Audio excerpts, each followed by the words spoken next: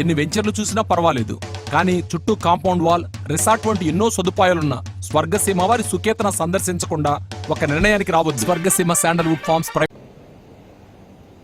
ఇవాళ జగన్మోహన్ రెడ్డి గారి ప్రభుత్వం ఈ 2,40,000 కోట్ల రూపాయలు నయా పైసా లంచం అనేది ఎక్కడ అవకాశం లేకుండా సరాసరి పేద మధ్యతరగతి వర్గాల ప్రజల అకౌంట్లోకి వేయటమే కాకుండా విద్య కోసం ఈ 55 మాసాల్లో విద్య కోసం, అంటే ఎందుకంటే జగన్ నమ్మేది ఈ రాష్ట్రంలో పేదరికం తగ్గాలంటే ఈ రాష్ట్రంలో ఉన్నటువంటి కోటి పైచీలుకున్నటువంటి పేద మధ్యతరగతి వర్గాల్లోని ఆ ఇళ్లలో పేదరికం పోవాలంటే కేవలం ఆ ఇంట్లో ఉన్నటువంటి పిల్లల ఉన్నత చదువుల ద్వారా మాత్రమే ఆ ఇంట్లో పేదరికం పోతుందని నమ్మేటువంటి వ్యక్తి జగన్మోహన్ రెడ్డి గారు. కాబట్టి చదువు కోసం 70,000 కోట్ల రూపాయలను ఖర్చు పెట్టడం జరిగింది.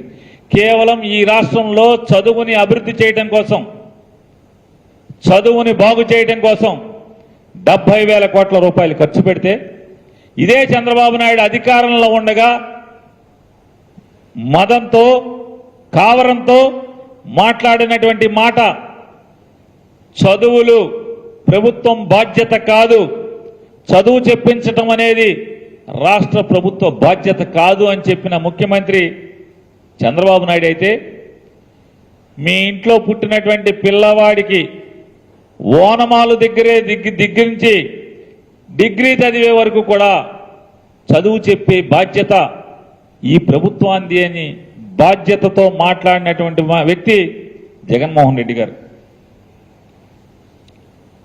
ఇవాళ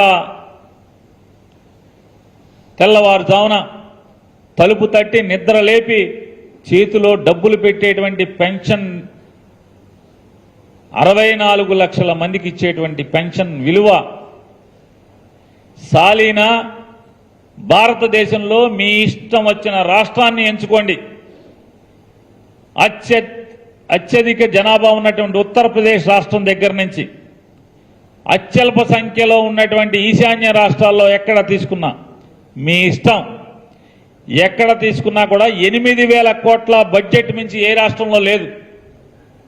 పెన్షన్ల బడ్జెట్ ముసలి వాళ్ళకి, వితంతువులకి, వికలాంగులకి ఇచ్చేటువంటి పెన్షన్ల బడ్జెట్ విలువ 8,000 కోట్ల రూపాయల మించి ఒక్క పైసా కూడా ఎక్కడా లేదు. కానీ ఆంధ్రప్రదేశ్ రాష్ట్రం ఖర్చు పెట్టేటువంటి బడ్జెట్ విలువ 20,000 కోట్ల పైబడి ఆంధ్రప్రదేశ్ రాష్ట్రం పెన్షన్ల కోసం ఖర్చు పెడుతుంది.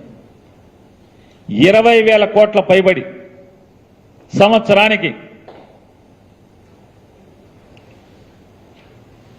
ఇవాళ వీళ్ళ ముగ్గురు మాట్లాడతారు. ఈ సబ్జెక్ట్ ఏంటి అంటే, ఇద్దరు మాయగాళ్ళు, పెద్ద మాయగాడు, చిన్న మాయగాడు, ఒక బేరగాడు, వీళ్ళ ముగ్గురు సభ పెట్టి జనాల్ని మరొకసారి మోసం చేసే టక్కు టమారు విద్య కోసం రకరకాల సర్కసులు చేస్తూ ఇవాళ మనందరినీ మోసం చేయటానికి కులాల పేరుతో, మతాల పేరుతో, దొంగ హామీల పేరుతో ఎరచూపి మరొక్కసారి రాష్ట్రాన్ని దోచుకుంటాకి ఇద్దరు మాయగాళ్ళు, ఒక బేరగాడు కలిసి బయలుదేరారు. కాబట్టి రాష్ట్ర ప్రజలందరినీ కూడా జాగరూకతో ఉండమని చెప్పని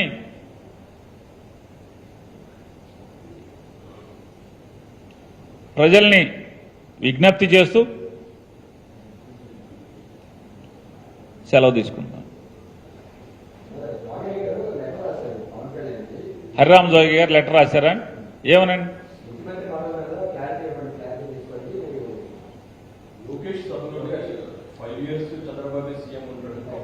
జోగయ్య గారు